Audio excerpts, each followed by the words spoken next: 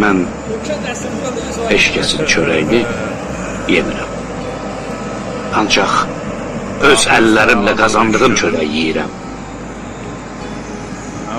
Mən çörnərə boçuq olmuşam. Hambal da işləyə bilərəm. Fəqət heç vaxt mənliyimi satmam.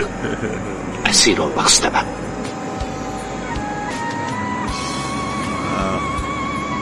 Bizim işimiz de budur ha. Bizim de çöreğimiz buradan çıkar.